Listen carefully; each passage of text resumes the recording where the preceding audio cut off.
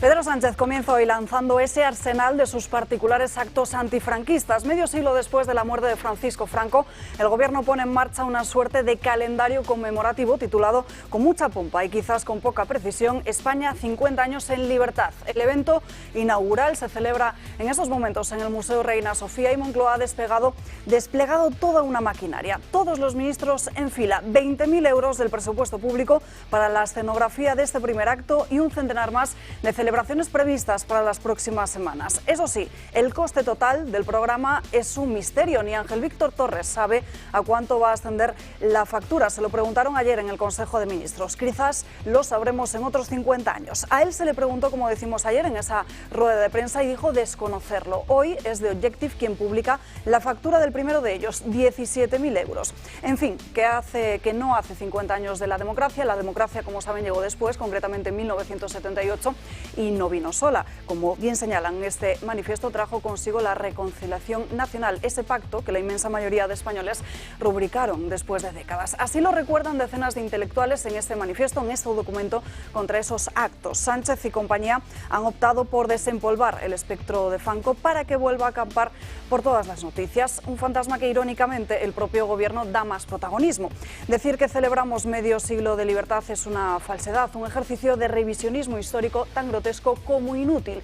Todo esto se trata de humo, de ruido, de una maniobra para distraer la atención, porque mientras se homenajea a esa España en libertad, no se habla del lodazal de corrupción que salpica al propio Ejecutivo, al Partido Socialista y a los círculos más cercanos del propio Pedro Sánchez. Ni tampoco de todas esas investigaciones judiciales en curso, ni de las promesas incumplidas, y tampoco de ese chiringuito que han creado para gestionar este centenar de actos conmemorativos. Otra cosa sorprendente es la obsesión selectiva con el pasado. Uno se pregunta por qué no dedicar actos similares a las víctimas del terrorismo. Pero parece que hay tragedias que interesan más que otras, o es que a lo mejor es porque hablar de ETA recuerda a ciertos pactos incómodos.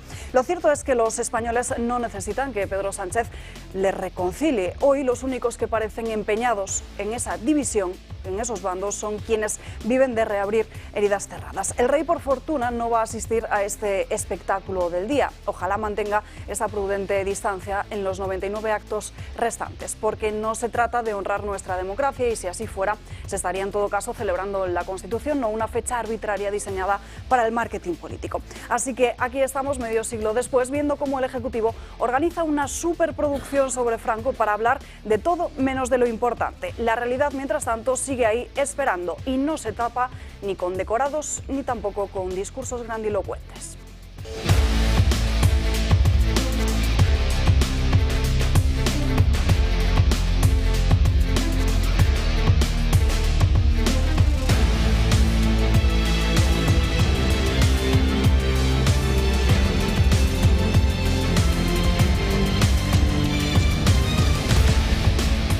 Muy buenos días, comenzamos este miércoles 8 de enero aquí en Dando Caña, celebrando en el santoral del día de hoy, Santa Gúdula. Muchísimos asuntos encima de la mesa, estamos muy pendientes de esa declaración de Miguel Ángel Rodríguez en el caso del fiscal general del Estado. De ello hablaremos en un día en el que también tenemos novedades acerca de ese ya olvidado mediáticamente y denominado caso Tito Berni. Se lo contaremos enseguida, al igual que hablaremos de la situación en Venezuela, que se prepara para que a finales de esta semana, según se prevé, se produzca la llegada de Edmundo González.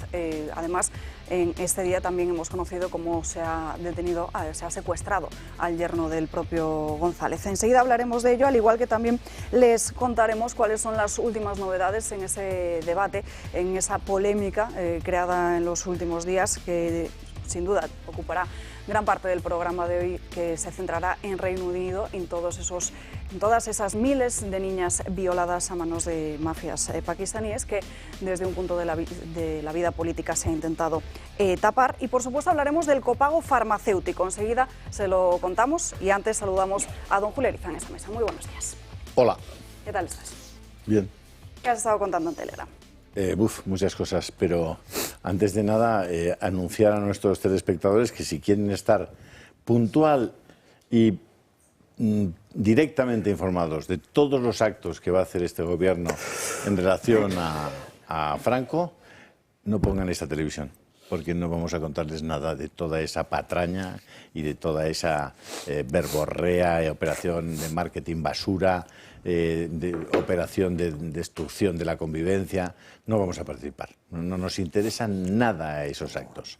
Si nos interesa retirar la estatua de Largo Caballero cuanto antes, la de Indalecio Prieto, las calles que se han otorgado a Santiago Carrillo, a Dolores Ibarruri, la estación de Bilbao del tren que se llama Estación Indalecio Prieto, la estación de Almudena Grandes, una grandísima activista de extrema izquierda y sembradora de odio por allí donde escribía. En fin, todas esas cosas sí que creo que habrá que hacerlas, y habrá que hacerlas prudente y discretamente en cuanto se puedan hacer, porque no es aceptable que una parte de España, digamos, y además una parte que es minoritaria de España, esté humillando constantemente a la otra parte, que solo está buscando la paz y la tranquilidad, como ha demostrado tantas y tantas veces y como sigue demostrando. Así que ustedes, si quieren saber algo de los actos de Franco, en otra cadena de televisión. Y para más información, en el canal de Telegram de Julio Leza. También, ahí tendremos de todo, menos los actos estos basura, marketing basura. Por cierto, como siempre, ha pagado a escote por todos los españoles, pero ahí tendrán mucha información. Ahora mismo voy a publicar un buenísimo artículo de Drois Info sobre el tema de las violaciones masivas y los abusos masivos de islamistas en Gran Bretaña y la protección que les ofreció en ese momento el que era fiscal general del Estado allí y actual primer ministro británico.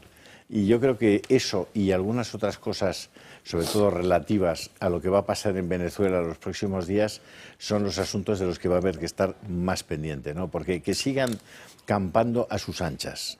Es decir, mientras existe el delito de odio, que campen a sus anchas aquellos que promocionan actos contra una persona que murió en el año 75 y que en este momento campen, insisto, a sus anchas personas que promueven la dictadura venezolana, que está matando cada día personas, que está torturando a personas, que está encarcelando a personas inocentes, que acaba de secuestrar al mismísimo yerno del que ha sido elegido democráticamente presidente de Venezuela.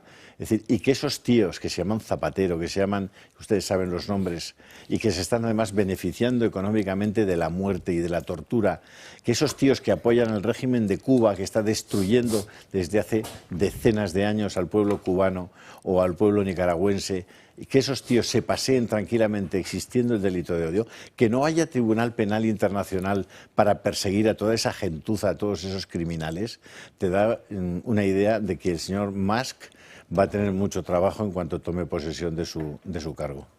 Continuamos con el señor Musk, Elon Musk. Continuamos con el comentario de José María Francas. Muy buenos días. Muy buenos días. Pues yo iba por el mismo personaje por el que ha acabado Julio, por Elon Musk, porque ayer por la noche, en esas maratones que me pego yo de radio y televisión, que empiezan a las 8 de la tarde y acaban muy tarde, como a las 2 o las 3 de la mañana, me encontré una cosa bastante insólita, que es en una televisión, en una radio, diríamos de las, no de izquierdas, más bien de las de entorno centro-derecha, así, tranquilo, hablando del peligro que supone Elon Musk para Europa, porque por primera vez aparece un personaje que tiene poder político, poder económico, poder mediático y poder tecnológico. Y entonces que esto es demasiado poder en una persona, y tenía tanto poder que había conseguido que lo que decretó en Twitter, que es quitar la censura, que le siguiera Mark Zuckerberg en Meta, es decir, en Instagram y en Facebook, quitando la censura, y que eso daba puertas abiertas a todo tipo de injerencias de esta gente en la política europea. Y entonces yo me quedé bastante extraño, porque dije, hombre, estos tíos, a ver, que la Comisión Europea o gente de la Unión Europea diga eso, ya no me extrañé, porque la Comisión Europea o la Unión Europea o cambiamos o nos lleva al precipicio. Pero que lo diga gente que en teoría es de derechas o centro-derecha, y que supongo que saben en la historia que hay un señor que ha gozado de todo esto, mucho más peligroso, que se llama Soros, y ni siquiera lo nombren, cuando sabemos que incluso tiene jueces en tribunales, etcétera, etcétera, es chocante. O sea, que el peligro sea Elon Musk y no Soros, y que, por ejemplo, no hablen de Bill Gates y sus locuras, no solo con las vacunas, sino con querer tapar el sol, con criar mosquitos, con una serie de cosas, que es un señor que tiene el mismo poder que el otro, o más, hasta ahora, espero que cada día menos, y no hablen de eso para nada, o que cuando hablan de que Facebook ahora quita la censura, no hablen de que el propio Facebook declaró que había censurado a cosas para afectar directamente a la campaña anterior entre Biden y Trump. Hombre, yo no sé si es ignorancia, mala leche, ser imbécil, o simplemente manipulación de todo. Tengo dudas, pero creo que iría un 25% de cada y no me interesa en el 25% de ninguna de esas partes. Prefiero ser normal. Saludamos al resto de invitados que nos acompañan esta mañana. Ignacio de Oces, muy buenos días. Buenos días, Alba. Buenos días también Antonio Burgueño. Buenos y en días. último lugar saludamos a Arturo Moreno. Muy buenos días. Si os parece, empezamos por otro asunto y hablamos de China, porque en las últimas horas hemos conocido esa intención de bloquear el acceso de Europa a las baterías para los coches eléctricos. Esto cobra mucha importancia además por las denominadas tierras raras, que nos va a explicar precisamente nuestra compañera Marian Vallejo. Marian, muy buenos días. Cuéntanos qué son y por qué son tan importantes también. Muy buenos días, Alba. Pues China ha movido ficha y en su último veto comercial va a impedir que la industria de las tierras raras se desarrolle fuera de sus fronteras.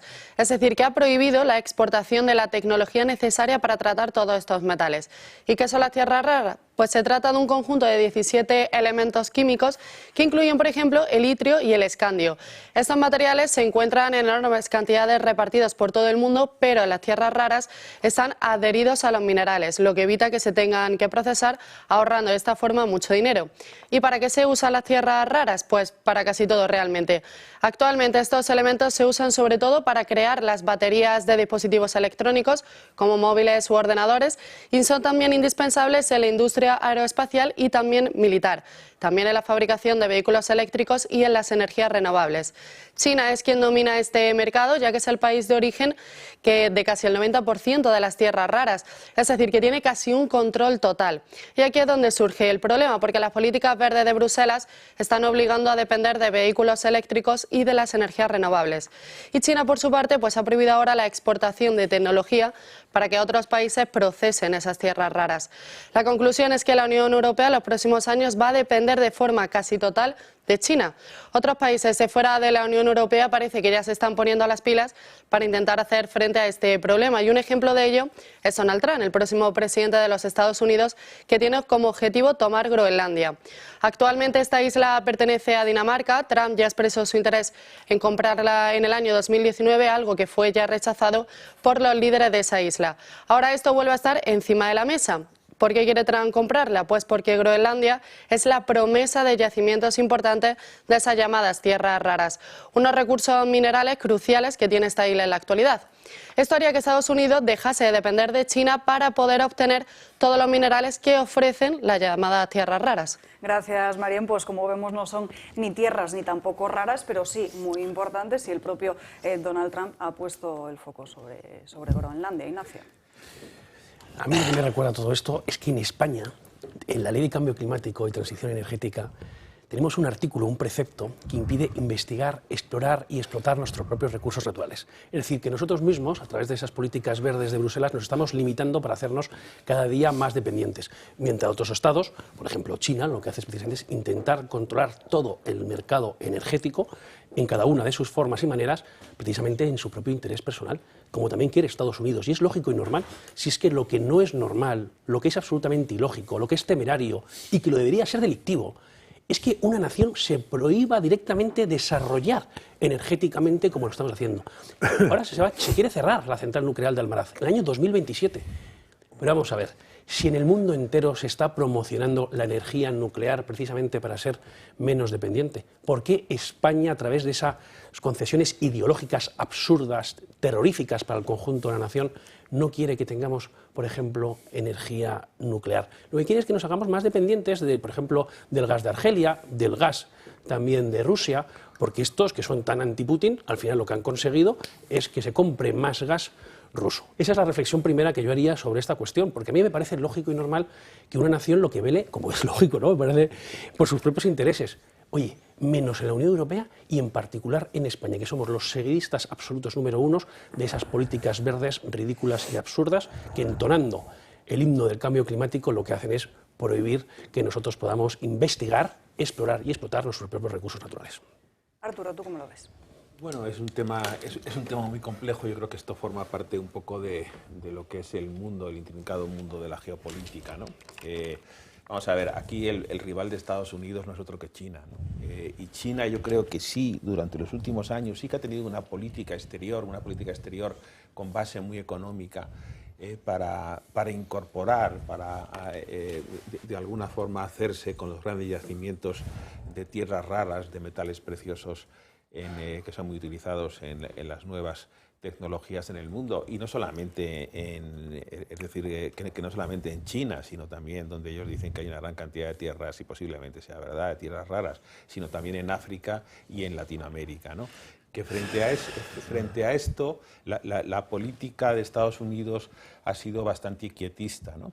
Y ahora mismo se encuentran, es decir, yo creo que además la nueva inteligencia que está aflorando en la administración Trump, que fundamentalmente es una plutocracia, ¿no? Es decir, encabezada por un lado por Elon Musk, pero a la que se están incorporando también o forman parte de ella pues los grandes ricos, los grandes, en fin, las personas que tienen que más dinero de Estados Unidos, desde Peter Thiel, ¿no? El dueño de Palantir y de PayPal, pasando por Zuckerberg, ¿no? Que parece que ahora mismo el dueño de Facebook, etcétera, que está renunciando a la política de censura que había tenido tal. Es decir, hay un movimiento de concentración de dinero y de poder en torno al presidente Trump, y eso va a influir mucho en la geopolítica, ¿no? Porque esta gente indudablemente sí sabe lo que se tiene lo que se trae en las manos, ¿no? Porque son gente que está en las industrias punteras de Estados Unidos.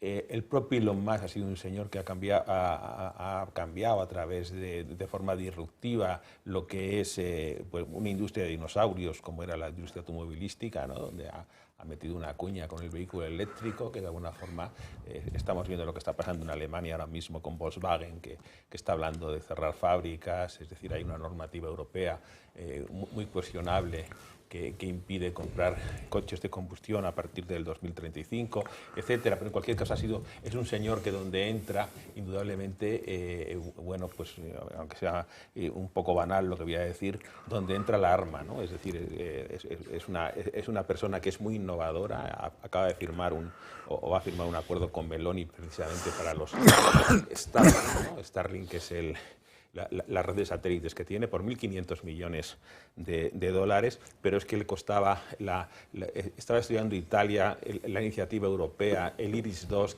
que el coste eran 8.000 millones de dólares, ¿no? Y va a obtener mejores capacidades para el ejército y para las industrias punteras y también para el tema de catástrofes naturales a través de una alianza directa con Musk, ¿no? Es decir, yo lo que quiero decir es que Groenlandia, que ahora mismo aparece en el eje un poco de la estrategia expansiva de Trump, Groenlandia ya en la época de Truman ya lo intentó comprar Estados Unidos y puso un cheque de 100 millones de dólares encima de la mesa y dijeron que no. Pero sin embargo Alaska, en el siglo XIX, debió ser 1840 y tantos, con Johnson y tal, pues compraron Alaska, ¿no? Que hoy es un estado de la Unión. Está claro que el Ártico, que por el tema del deshielo va a ser una ruta muy importante. Pensemos que Groenlandia está más cerca de Nueva York que de Dinamarca, a pesar de que depende de Dinamarca, bueno, con una subvención que les dan en el presupuesto de 500 millones de dólares, que no es absolutamente nada para lo que hay en el subsuelo de Groenlandia, ¿no? Y todo esto forma parte, ya digo, de la lucha contra un actor que sí ha tenido geopolítica y que sí se ha ocupado de estas cosas desde el punto de vista económico, que son los chinos. Y obviamente yo creo ahora mismo, con la nueva administración Trump y con los cerebros que tiene detrás, este tipo de actuaciones desde el punto de vista de lo que es el enfrentarse a China con políticas realistas y claras, pues yo creo que forma parte de lo que va a hacer la estrategia que va a despegar Trump. Vamos.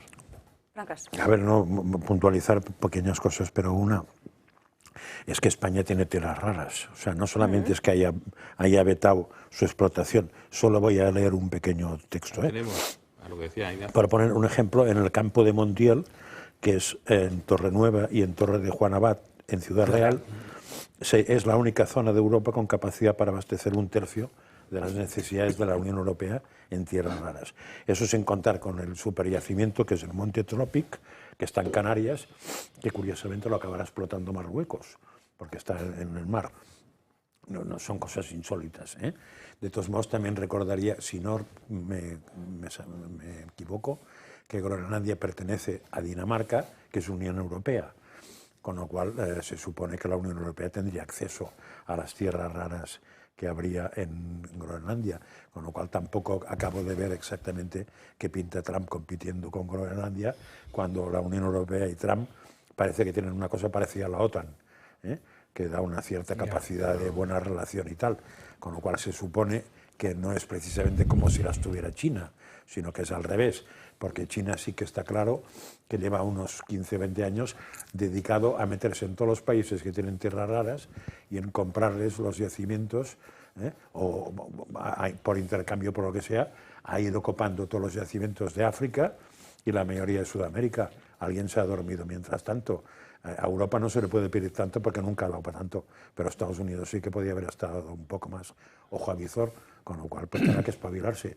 De todos modos, a mí me extrañaría que con el continente norteamericano, que es Estados Unidos, no tenga tierras raras y las busca, porque sería un milagro. Es más milagro geológico que no tenga que no que tenga. Julio. No, la verdad es que no sé absolutamente nada sobre las tierras raras. Lo que sí sé es que, y yo lo defiendo de forma sistemática y no me bajo de esa idea, es que un país debe aspirar a tener una soberanía energética. Y ahí incluyo obviamente el desarrollo y la explotación de todos los recursos posibles desde el punto de vista de recursos minerales y recursos energéticos. Y creo que nadie se está planteando ese tipo de política con un plan a medio y largo plazo bien estructurado, bien estudiado, tanto en la soberanía alimentaria como en la soberanía energética, como en la soberanía sanitaria. Y también, tampoco me canso de recordar que cuando llegó el COVID ni siquiera podíamos fabricar guantes de látex o mascarillas para la protección bucal o trajes para la protección de los sanitarios. O sea, que un país en el siglo XX, el siglo XXI, de la noche a la mañana se encuentre que ni siquiera puede proteger a sus sanitarios, os imagináis el resto de cosas. Es decir, por supuesto, no éramos capaces de desarrollar una vacuna, no éramos capaces de fabricar PCRs, no éramos capaces de hacer nada. Entonces, ¿de qué estamos hablando? Ni estamos previendo, ni podemos proveer las necesidades de nuestros ciudadanos. No podemos tener una especie de plan de contingencias. El gobierno no tiene la intuición de que está ahí para solucionar los problemas de la gente, los problemas de hoy y los problemas que se pueden presentar mañana. Es decir, y priorizando aquellos que tienen estadísticamente más posibilidades de ocurrir, como es lógico. Pero una vez vivido el COVID, tampoco parece razonable que no haya en este momento un comité que sea interdisciplinar de especialistas y que estén diciendo, vamos a ver, de cara a una posible nueva pandemia, España tiene que hacer esto y esto. Y en vez de hacer actos franquistas o no sé qué, lo que tendríamos que estar haciendo actos interdisciplinarios formados por gente, por cabezas pensantes y profesionalmente válidas, para planificar qué vamos a hacer con nuestro país y cómo vamos a prever que haya en un momento determinado la necesidad de proveer soluciones a momentos puntuales o incluso a situaciones catastróficas. Claro, si el gobierno no consiste en eso, ya me preguntaréis, o me pregunto yo, ¿en qué rayos consiste? Consiste en recaudar lo máximo posible con la máxima presión impositiva posible al máximo número de personas posibles, y si son además si son incapaces de defenderse todavía más, sacarles el dinero y utilizarlo para regárselo a los amigos, a los coldos, a los ábalos o a los LGTBs de turno. ¿En eso consiste gobernar? Pues yo creo que eso sí que va a dar lugar a un nuevo paradigma. Por eso existe Milei, por eso ha ganado Trump, por eso han ganado en Austria quienes han ganado y han ganado en otras partes de Europa y van a seguir ganando. Y viene un mundo diferente en el que el Estado va a tener que dar un paso atrás porque la presión sobre las personas concretas recetas empieza a ser insufrible. Ya que has mencionado, Julio, el tema de la sanidad, y ya que tenemos aquí con nosotros a Antonio Burgueño, me gustaría preguntarle por la cuestión del copago farmacéutico. En estos últimos días nos han llegado varias denuncias de muchísimas personas que acuden a sus farmacias a conseguir los medicamentos que habitualmente deben tomar y se encuentran con una situación. Aquellos que antes eran financiados en su totalidad, ahora tienen que pagar una parte. Y nos encontramos con otra situación también que llama la atención, y es que desde las propias farmacias no saben ni explicar qué es lo que está pasando. No sé si Antonio nos lo puede explicar. Es la inteligencia artificial. Es lo mismo que estabais hablando. Todavía queda en el argot de la gente: he descubierto la pólvora. Cuando tiene uno un hallazgo importante que comunicar a los demás. Los chinos supieron siempre de eso.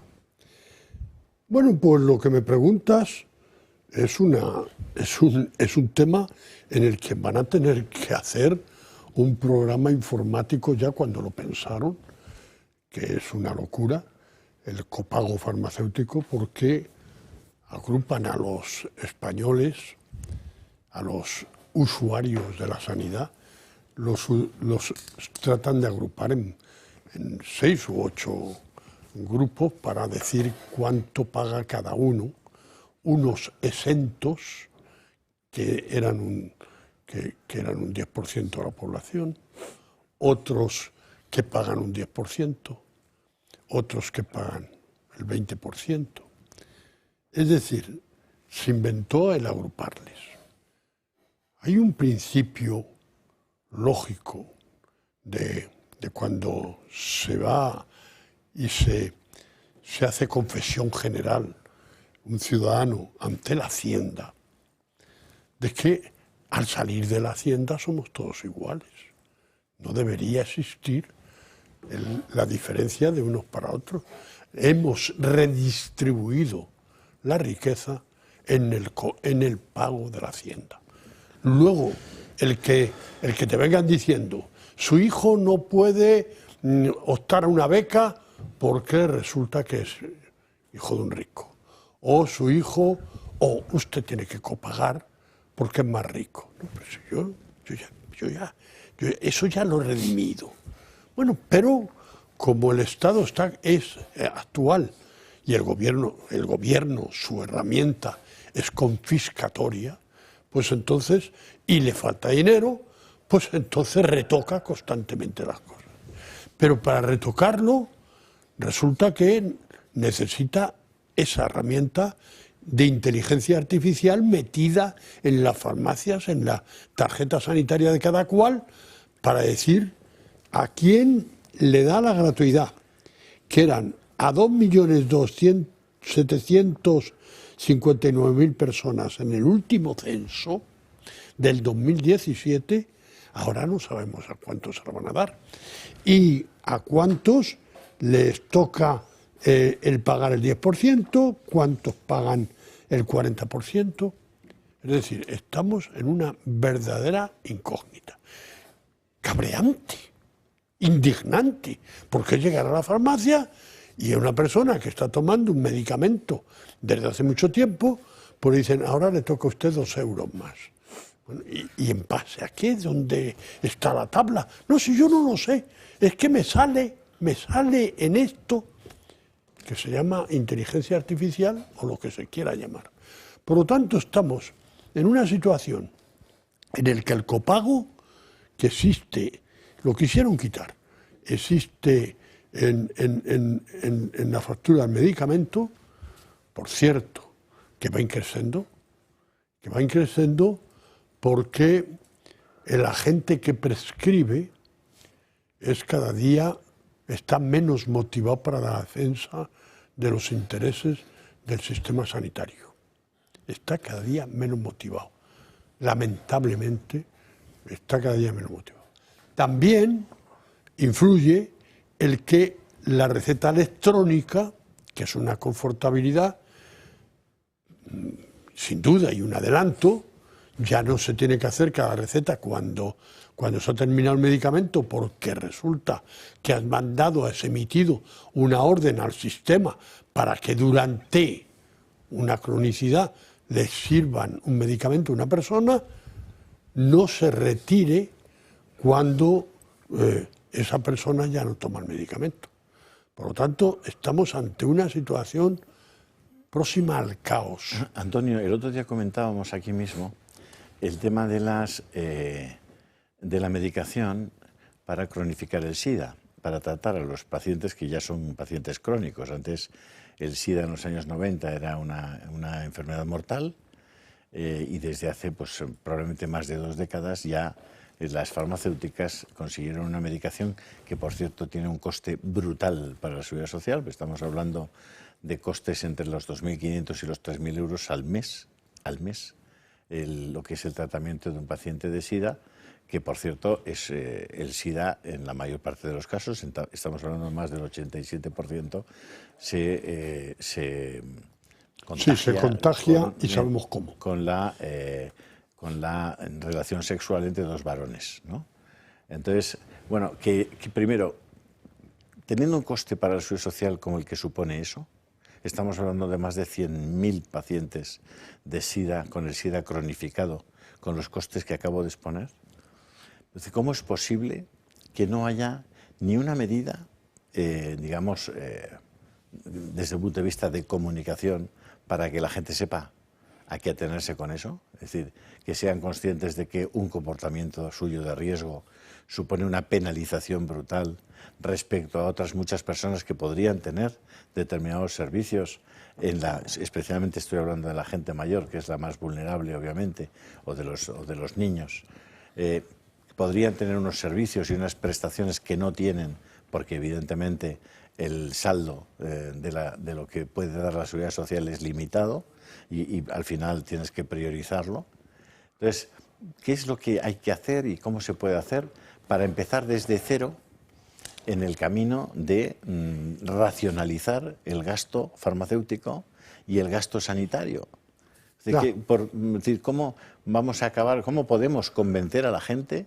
Te entiendo y tengo que aportarte y quizá tratar de enfocarte que esto fue un debate en su día muy importante. Es decir, en algunos sistemas sanitarios se castiga al fumador, en algunos sistemas sanitarios se castiga al bebedor, en algunos sistemas sanitarios se castiga a quien ha contraído una enfermedad o tiene negligencias para no defender su salud.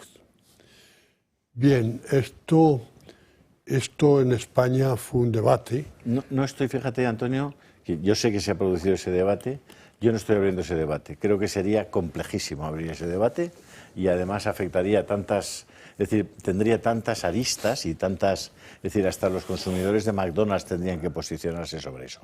Yo más bien me estoy refiriendo a las farmacéuticas. Vamos a ver. Las farmacéuticas, si estamos hablando de las farmacéuticas. Las farmacéuticas saben que han desarrollado una vacuna frente a un virus, como el virus del SIDA, han desarrollado una vacuna prácticamente en 1 año y medio para el COVID. Con esta enfermedad llevamos 50 años. Las farmacéuticas prefieren cobrar 3.000 euros al mes por paciente que desarrollar una vacuna. ¿Alguien les podría decir alguna vez a las farmacéuticas, señores, ustedes esta molécula, la que están utilizando para cronificar el SIDA, la han amortizado hace 20 años? Ya. Es decir, ¿cómo pueden ustedes seguir cobrando? Llevas toda la razón y además es así, llevas toda la razón.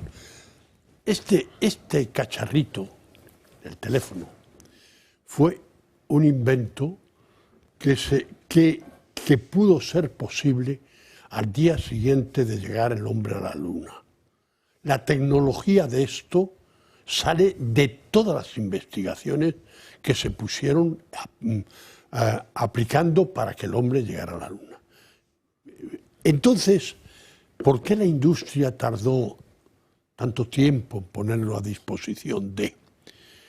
Porque hay juicio, hay razonamiento, es racionalidad el decir que en estos momentos tenemos investigación farmacéutica en el que se llega a medicamentos para personas en las cuales es tan avanzado, pero que el coste está en 2 millones de euros persona año.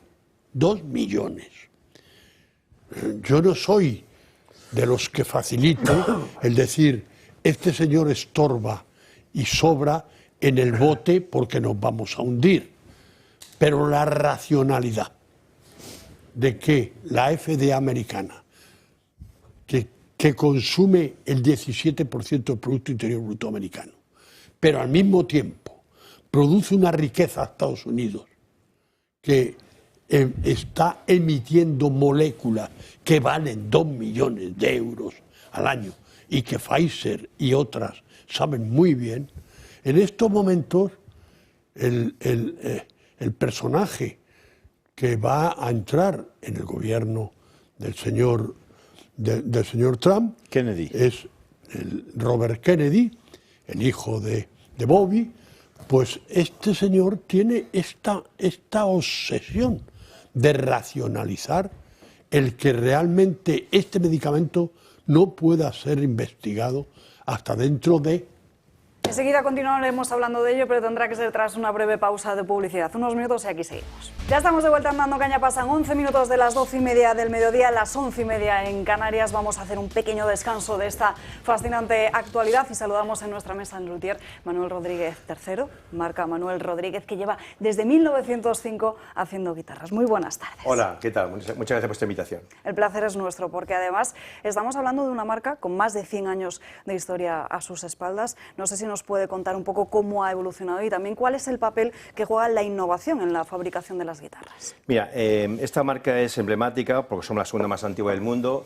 El mundo ama España, ama su cultura, ama su flamenco, ama su gastronomía y ama la cultura que tenemos. Entonces yo lo que exporto es un producto muy español a 120 países y lo que hacemos es eso, promocionar el flamenco con Gypsy Kings.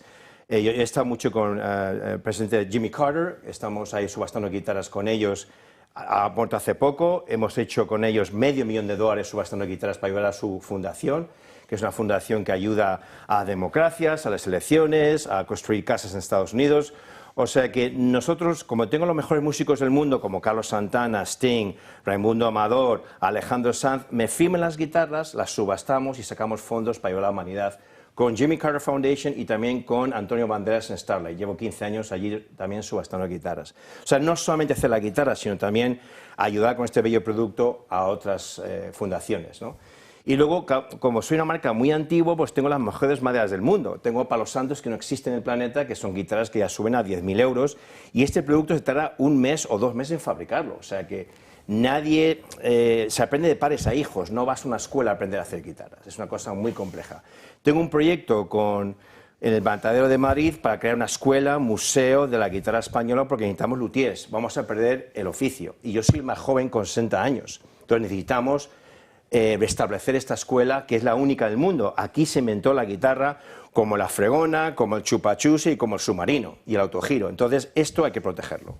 Bueno, estas subastas benéficas son desde luego fascinantes. No sé cómo surge esta idea de involucrarse, de que la empresa se involucre precisamente en todas estas causas humanitarias. Bueno, es simplemente que me llaman y me dicen cómo podemos colaborar para ayudar a estos proyectos de humanitarios. Entonces mi idea es, yo no tengo $100.000, yo tengo el músico, tengo las buenas maderas y con sus firmas hemos sacado cifras realmente astronómicas para ayudar a los proyectos de Jimmy Carter y la Fundación Antonio Banderas en Starlight.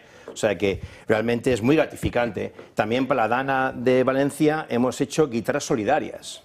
Y hemos sacado ahí también bastante dinero, porque a la gente les encanta la guitarra y si pueden ayudar a un proyecto humanitario, pues sacan más fondos. Enséñala, porque es muy bonita además sí. Por detrás. Esta guitarra es la que usamos con Gypsy Kings, esta es Nicolás Reyes, llevamos más o menos, este es el fondo.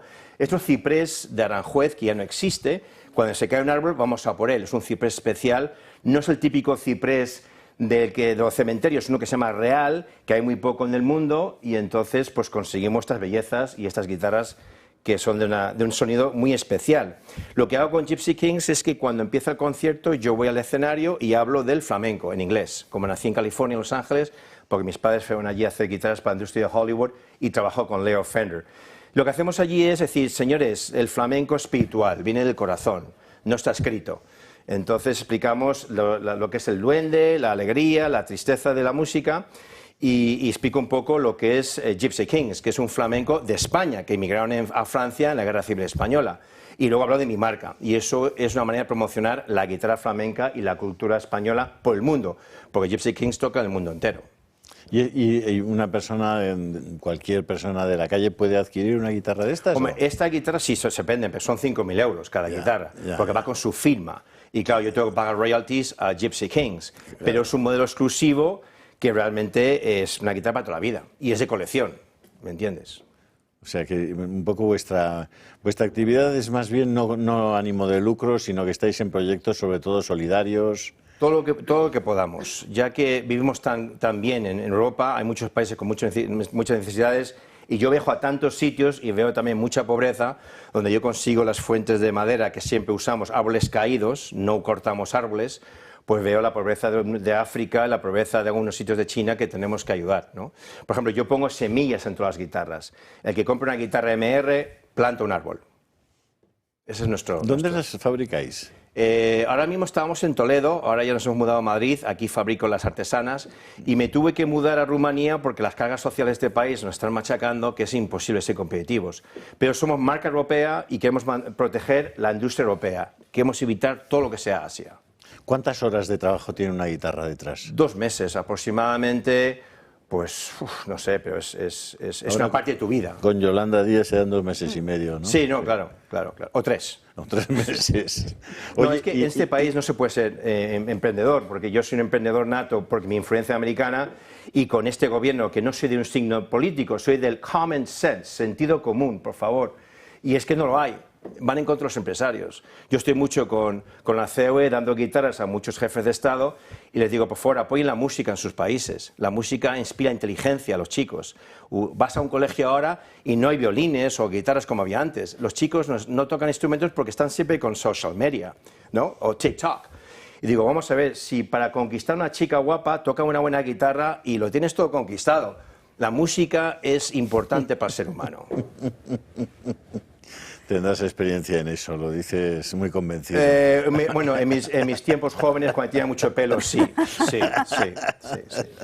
Pues sabes que con él estuvimos en lo que era Intereconomía de Televisión, sí. En la Castellana, yo te recuerdo hace 20 años, me regalaste una guitarra. Además. Sí. ¿La sigues tocando la guitarra? No, yo ya no toco nada. Bueno, pues yo, aquí a Recuerdos, es muy importante que esta cadena siga viva, te agradezco mucho el esfuerzo que haces, porque la libertad de la prensa es muy importante y tu cadena siempre me ha encantado y siempre me has abierto las puertas, que te agradezco de corazón. Muchas gracias a ti, que eres un gran representante de España. Hago lo posible. Para ir por todo el mundo. Hago lo posible. Como decía antes, nos aprecia más fuera que aquí en España, es lo triste, suele pasar. Qué maravilla. Aquí lo tenemos que dejar, ha sido un placer. Muchas gracias, muy amable. Gracias. Nos vamos ahora con otro asunto, nos vamos hasta Reino Unido y ese caso que les hemos estado contando en estos últimos días aquí en Dando Caña. Elon Musk, el hombre más rico del mundo, ha decidido zambullirse de lleno en las turbulentas aguas de la política europea. Desde hace varios días, el magnate estadounidense pide a través de su red social, X, la excarcelación de Tommy Robinson, un líder agitador ultraconservador encarcelado desde octubre por desacato y que lleva denunciando desde hace años los escándalos en torno a las miles de violaciones a menores británicas. Un tema donde el empresario de Estados Unidos aprovecha para alzar la voz contra los más de 1.400 casos de violaciones producidas por bandas organizadas y en su mayoría formadas por personas de origen pakistaní. Esto ocurrió hace más de 10 años en diversas localidades británicas ante la negligencia y falta de respuesta de la policía y de las autoridades políticas. Y por ello Musk ha puesto en el punto de mira al primer ministro británico, Keir Starmer. El líder laborista engloba los objetivos de la cruzada anti-woke que Musk lidera desde Estados Unidos, aumento migratorio y políticas progresistas. Y le achaca que mientras él estaba al mando de la Fiscalía de la Corona, dice Musk, trató de ocultar, según él, el mayor crimen de la historia del Reino Unido y de acercar, dice Musk, al país a una guerra civil. Mientras ocupó ese cargo, Steinmeier ordenó varios procedimientos, pero de momento el premier británico no ha contestado de forma dura a Musk. Según los expertos, por temor del poder que el empresario pueda tener en la nueva administración estadounidense, el mayor aliado de Reino Unido. Los que se han salido en tromba a defender al líder británico han sido el presidente francés, alemán y la Unión Europea. Desde París, Emmanuel Macron le acusa de injerencia, al igual que su homólogo alemán, Olaf Scholz. Un término, el de injerencia, que desde Bruselas aún no citan, pero amenazan a Musk. El funcionamiento de esa plataforma tiene que ser neutral, dicen desde Bruselas. Musk se ampara en la libertad de expresión, pero poco o nada se pronuncia sobre la prohibición de su red social en China, potencia rival de Estados Unidos en los años venideros. Este bombardeo de acusaciones llega en pleno debate sobre las redes sociales y los procesos electorales en la Unión Europea. Hace unas semanas, Rumanía anuló unas elecciones sin pruebas concluyentes de que las redes sociales aupasen al poder al candidato prorruso, dicen varios analistas. Y en las últimas horas, para añadir otro jugador a la partida, el líder de Meta, Mark Zuckerberg, da ahora el paso de cancelar un programa de verificación y sus redes sociales utilizarán las notas que ya se usan en la plataforma X, uniéndose así a la línea contra la censura que lidera Musk. Ese fue ministro. En fin, disculpadme, Arturo, ¿cómo ves precisamente todo lo que está pasando? Este tema la verdad que no lo conozco, sé que ha saltado a la luz pública hace unos días y que ha sido una campaña, una denuncia directamente de Elon Musk en redes sociales de una gran intensidad de ciberviolencia. Y recordemos que Elon Musk tiene 211 millones de seguidores, ¿no? Yo lo que digo sobre este tema, que ya digo que no conozco en profundidad, es que ningún delito debe quedar impune, y si ha habido responsabilidades y ha habido, en fin, dejación de funciones por parte del que en ese momento era fiscal de la Corona y que ahora es primer ministro de Inglaterra, indudablemente eso no prescribe, ¿no? Y que no prescribe nunca la responsabilidad personal y la responsabilidad política, y si ha habido alguna negligencia en la instrucción o ha habido simplemente pues un mirar hacia otro lado, pues al final quiero decir que la realidad te la acabas encontrando en el pasillo, ¿no? Y por último, decir también que las redes sociales pueden acabar con todo, ¿no? Porque es un mundo oscuro y profundo, ¿no? que tienen la virtualidad muchas veces de acercar la información al ciudadano, pero al final son comunidades que suelen ser comunidades de entusiastas, y hace un momento hablaba Julio Ariza de la importancia del pensamiento estratégico y del pensamiento a largo plazo. Yo creo que lo que funciona en las redes sociales es digamos la opinión instantánea de gente que además que básicamente que no debate entre sí, sino que básicamente que se suman a una determinada postura, ¿no? Eso unido a la inteligencia artificial, pues nos vamos a encontrar desde luego con unas democracias distintas. Ya estamos viendo lo que viene, es decir, ya estamos viendo lo que está pasando en Estados Unidos y en otros países, lo que puede pasar el día 23 de febrero en Alemania, y cómo se van a ir transformando, cómo van a ir cambiando las democracias. Yo creo que ahí el epicentro está del cambio, una parte sustancial son las redes sociales, y recordemos que Elon Musk ha sido el denunciante de este escándalo, ¿no? Un escándalo que de alguna forma está tapado y que no lo conocemos en profundidad, y por lo tanto hay que ser también prudentes a la hora de evaluar. Pues es un señor que tiene una influencia enorme, domina la primera red del mundo, que es X, es decir, él mismo tiene 211 millones de seguidores, y qué duda cabe de que es un personaje inmensamente influyente, ¿no? No solamente por la X, sino también por el resto de posiciones que tiene en industrias estratégicas y que van a ser más importantes, como por ejemplo que todo el tema del espacio, que yo creo que en la administración Trump todo el tema de la NASA y Marte, etcétera, va a tener una gran importancia también, ¿no? Ignacio. A mí este asunto me parece de una atrocidad tremenda. Vamos a ver, si al final unas mafias de pakistaníes están cometiendo estas atrocidades, ¿por qué las autoridades del Reino Unido, por ejemplo, mantenían el secreto sobre quiénes eran los autores de estas atrocidades? ¿Por qué? Nosotros en España, nosotros hemos preguntado aquí también al Gobierno de la Nación si se está limitando la libertad de información de los españoles, porque pueden existir casos parecidos. Ya sabemos algunos, no producidos o causados por la inmigración ilegal. Por ejemplo, las menores tuteladas en la Administración de Baleares, de Valencia, de Asturias, también de Madrid, hay que decirlo. Y esto es muy vergonzoso, porque si al final la Administración está tutelando a niñas y no se les está controlando, y hay mafias que se están aprovechando sexualmente de ellas, pregunto, ¿esto no se tiene que conocer, no se tiene que denunciar y, sobre todo, no se tiene que juzgar? Sí. Y los españoles tienen derecho a la libertad de información, es decir, a conocer lo que realmente está pasando dentro de sus fronteras. Sin duda que sí. A mí lo que ha denunciado Elon Musk me parece perfecto, porque sí, si los medios de información tradicionales están ocultando y, por tanto, limitando la libertad de información que tiene, y el derecho a la información, que es un precepto también constitucional recogido en el artículo 20 de nuestro texto constitucional, ¿qué pasa? Pues, hombre, pues que las redes sociales están sirviendo, entre otras cuestiones, para esto. Esto se tiene que investigar hasta el fondo del asunto y que caiga quien tenga que caer. Es que durante mucho tiempo, en Occidente, estos politicuchos han estado acostumbrados, con su buenismo, a ocultar a los diferentes pueblos, es decir, a las naciones, lo que estaba pasando. ¿Nosotros qué queremos? Hombre, pues que se sepa, que se persiga y que, por supuesto, se condene en todos los elementos. Y luego la libertad de información es que, si los medios de comunicación tradicionales, que están comprados por el poder político, por los poderes públicos, en su inmensa mayoría, no informan porque están bajo las premisas y subordinados directamente a los gobiernos de turno, pues resulta pues que sí, que hay canales de información alternativos, como son Facebook, como es Instagram, o como es Twitter o X ahora, que están dando esa libertad y esa posibilidad. Sí, está claro, pero no son reflexivos. No, bueno, reflexivos tampoco los titulares del País son muy reflexivos. No, es que como es un tema que me lleva preocupando hace muchos años, y estoy hablando de más de 15 años. O sea, ahora estamos descubriendo la pólvora porque Elon Musk ha dicho que hay 1.400 niñas violadas, o no sé exactamente qué, en Londres, y que se ha escondido. Bueno, en Alemania no sé cuántas escondió Merkel, una famosa Navidad, pero es que en España, y llevo 15 años batallando eso, hay entre 40 y 60.000 niños tutelados sacados de sus padres, en algún caso con motivo, en muchos casos sin ningún motivo más que motivos subjetivos, sin intervención de un juez, con solo una intervención de un personaje de servicios sociales que en muchos casos no es ni siquiera funcionario municipal, sino que es una empresa intermedia.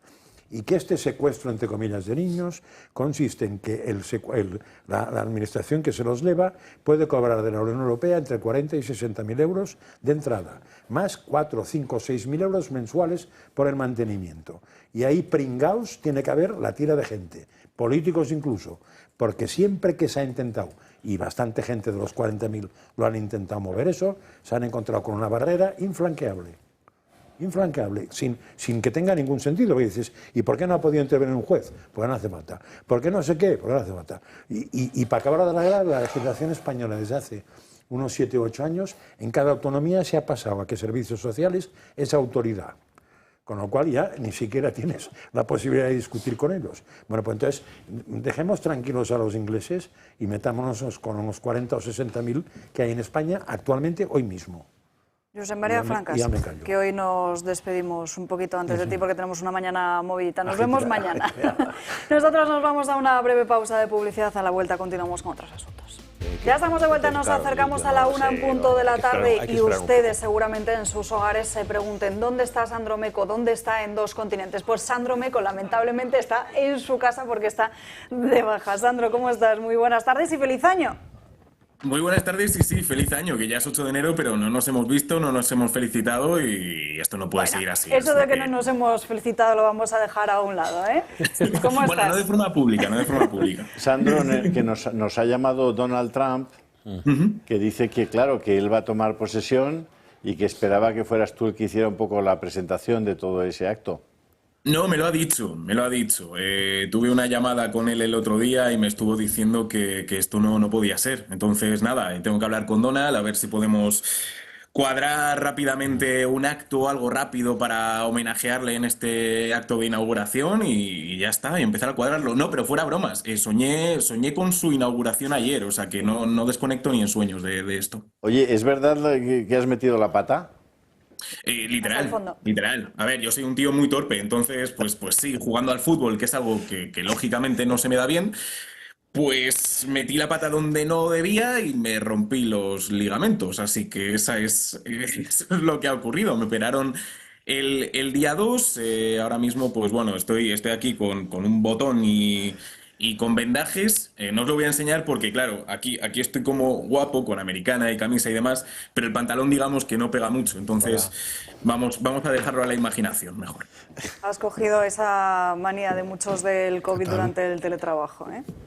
No, es que no me cabe otro pantalón, entonces tengo que ir con estos pantalones, es horrible. A ver, pero para que los espectadores lo entiendan, cuéntanos qué es lo que te ha pasado.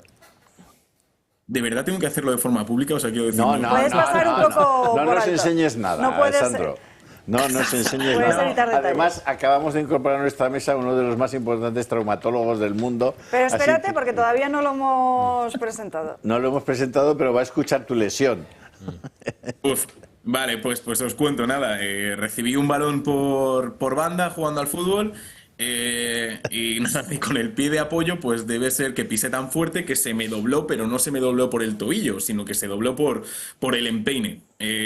Bueno, yo por lo general tengo un acortamiento de la masa muscular del tendón de Aquiles. ¿Qué implica eso? Pues que ando de puntillas, que me lesiono mucho y demás. Y cuando ocurrió esto yo sabía que pues la cosa era fastidiada. Y efectivamente, pues eso lo que ha ocurrido es que se ha roto el ligamento Lisfranc, que es un ligamento como que une los metatarsos. Yo soy de letras. Esto es lo que es un sacado de lo que me han dicho. Así que nada, me han operado, me han puesto como unos tornillos para unir estos ligamentos. Estoy ahora en plena recuperación y habrá otra operación para quitármelos. ¿Qué hacemos con el doctor Kovacs? Bueno, primero es una tranquilidad ver que los estudiantes de letras también tienen ligamento de Lisfranc. Enhorabuena. Y es un hombre joven y activo, se recupera sin problema.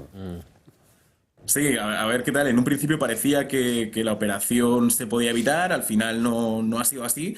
Así que bueno, nada, para empezar el año pues tuvimos esta operación y ahora en modo recuperación a tope, pero sin desconectar, que estoy siguiendo todo con mucho interés. Te quedan todavía unas semanitas para recuperarte y luego aquí de vuelta para seguir dando caña en 2 continentes, ¿no? Bueno, dando caña es lo tuyo, pero sí, sobre todo en 2 continentes, sí, eso desde luego para... Bueno, de hecho es que, no sé si lo habéis visto, pero mi baja ha tenido repercusiones mundiales porque el propio Justin Trudeau, al ver que yo no curraba, ha dicho, pues ¿para qué voy a currar yo? Entonces, nada, él se ha ido, a ver si con un poco de suerte Maduro hace lo mismo. Tú no tienes abuelita, macho. Hombre, tenemos que sacar el jugo a esto. Si un no, abrazo a tu madre, que seguro te está cuidando muy bien. Igualmente, que me lo dices siempre, que conste, yo soy un mal mensajero, así que igualmente para todos, y quería agradecer tanto a todos los que estáis en la mesa, a todo el equipo del Toro, y sobre todo también a los espectadores, todo el apoyo, todos los mensajes me están llegando de verdad y me están ayudando mucho para que la próxima vez meta la pata en el lugar adecuado. Sandro Meco, te echamos de menos. Un abrazo muy fuerte, que esa recuperación sea más corta que larga. Muchísimas gracias, un abrazo enorme para todos y nada, feliz año, que este año sea fantástico para todos. Feliz año, adiós. Bueno, estábamos antes, ya lo ha presentado Julio Ariza a Francisco Kovacs. Muy buenas tardes de nuevo. Estábamos precisamente antes de esta breve pausa de publicidad y antes de esta llamada con Sandro hablando de Reino Unido y de todo lo que ha sucedido. Y también creo que lo mencionaba Arturo, el peligro de las redes sociales, sobre todo cuando estamos hablando de menores y precisamente... nos traes ese libro que es casi un manual para padres aprendiendo a ser padres. No sé si nos puedes contar un poco del peligro de las redes sociales actualmente para los niños y cómo pueden gestionarlo también los propios adultos. De hecho, es un tema que cada día cobra más actualidad y forma parte del contexto general educativo. Es decir, un niño cuando sea adulto va a tener que utilizar redes sociales, con lo cual tiene que aprender a manejarlas, pero tiene que aprender a manejarlas inteligentemente. De alguna forma es lo mismo que pasó en generaciones anteriores con el teléfono. Es decir, antes de que existiera el teléfono nadie sabía cómo manejarlo. Cuando se implantó, pues aparecieron las estafas telefónicas y al cabo de cierto tiempo aprendimos a manejarlo de forma inteligente. Con las redes sociales es exactamente lo mismo, ¿no? Por una parte, no son obligatorias, pero son necesarias, y yo creo que lo más importante es que los padres estén presentes y tutelen a los hijos cuando aprenden a usarlas, ¿no? Muchos padres hoy en día tienen un problema y es que no saben ni siquiera, porque como esto de la tecnología y los móviles avanza tan rápido, muchos se encuentran que sus hijos están con aplicaciones que ellos mismos desconocen, entonces es muy importante también enseñarles a diferenciar lo que está bien de lo que está mal. Aquí hay dos aspectos distintos. Por una parte es técnicamente cómo manejarlo. La segunda parte es que los criterios generales que son aplicables a las redes sociales, a Internet, a los amigos virtuales, a todo, conlleva tener un criterio previo, sólido, donde más énfasis deben poner los padres es en que los niños tengan, tan pronto como sea posible, un criterio sólido que a lo largo de su vida les sirva para todo, sobre lo que está bien, lo que está mal, que confiar está bien, pero solo hasta cierto punto, que delegar la responsabilidad en otros a la hora de tomar decisiones no suele ser bueno para quien delega. Es decir, en el fondo, la idea es que el sistema educativo les enseñe desde muy tempranos, cada vez más jóvenes, porque hoy en día están expuestos a peligros, que en nuestra generación aparecían mucho más tarde, pero que hoy en día es así, a través de una red social, o a través de un amigo virtual, o a través de cualquier conexión telemática, y más hoy en día con la inteligencia artificial, el niño puede fácilmente verse implicado en situaciones que se le escapan de las manos. Entonces, con independencia que tenga la confianza con los padres para comentarlo cuando eso sucede, es necesario que él mismo tenga las herramientas necesarias para saber hasta dónde llegar, qué hacer y no perder de vista el criterio fundamental. De alguna forma, el libro tiene dos enfoques. Por una parte, desde el punto de vista puramente biológico, el desarrollo de un cerebro humano no es como el de una lechuga, es decir, espontáneo, ¿no? En función de los estímulos, y cuando digo estímulos quiero decir experiencias y vivencias educativas que el niño tenga en sus primeros años, se configuran conexiones cerebrales que o se configuran en ese momento o no se configuran nunca. Con lo cual, desde el punto de vista puramente biológico, hay una especie de calendario de vivencias, estímulos y enseñanzas que aportar en momentos críticos. Y eso facilita el desarrollo biológico del cerebro, de forma que las conexiones que el niño establece luego de adulto le puedan servir para cualquier cosa. Esa es la primera parte. La segunda parte es que más allá de lo puramente biológico, el entorno en el que se le educa, los valores que se le transmiten, el ejemplo que se le da, es fundamental para que el niño a lo largo de su vida pueda mantener los criterios que haya decidido de niño o que decida de adulto, resistiendo influencias del entorno que no siempre están pensadas para su bien, ¿no? Sobre las farmacéuticas quería preguntar, Julio. Sí, si no te importa, doctor Kovacs. Hasta en los manuales de las órdenes religiosas las más importantes y también aquellas que son de clausura, existe la idea que se plasma en sus ritos, en sus formas de actuar, de que hay que, digamos, buscar una armonía en el ser humano y que esa armonía es difícil de encontrar entre el famoso hora et labora, ¿no? Entre la oración, la meditación, la reflexión y el trabajo. Y cuando hablan del trabajo, y está explicado en muchos manuales desde Alfonso María de Ligorio, hacen siempre referencia al trabajo manual, porque el trabajo manual específico te lleva a la naturaleza, te conecta directamente con la naturaleza, ¿no? Y por eso ellos trabajaban en el campo, trabajaban con los animales, etcétera, ¿no? Hoy los niños, de los que tú hablas en este manual y de la relación con sus padres sobre todo, los niños conectan inmediatamente con el teléfono móvil de turno prácticamente a partir del año y medio, 2 años, por lo que yo veo, y sin embargo pueden cumplir 20 años y pensar que la leche sale del Tetrabric, que los huevos es una cosa que hacen en Lugo, en algún tipo de fábrica, y por supuesto no han visto el nacimiento de un río, o un riachuelo, o no han conectado con un bosque en su vida, o no saben lo que es un hormiguero de verdad, ¿no? Porque lo han visto en las películas nada más, ¿no? Con lo cual, esa idea de la armonía del ser humano, del equilibrio y tal, que es tan contradictoria con que esos mismos niños que nada saben sobre la naturaleza ni han tenido ningún contacto real con la naturaleza, les están hablando todo el día del calentamiento global, de la enorme responsabilidad sobre el planeta, etcétera, etcétera. Claro, en ese mundo tan contradictorio, por lo menos aparentemente, ¿cómo se podría de alguna manera establecer o centrar criterios para buscar el equilibrio de la persona humana, también a partir, por supuesto, de la educación en casa y en las escuelas?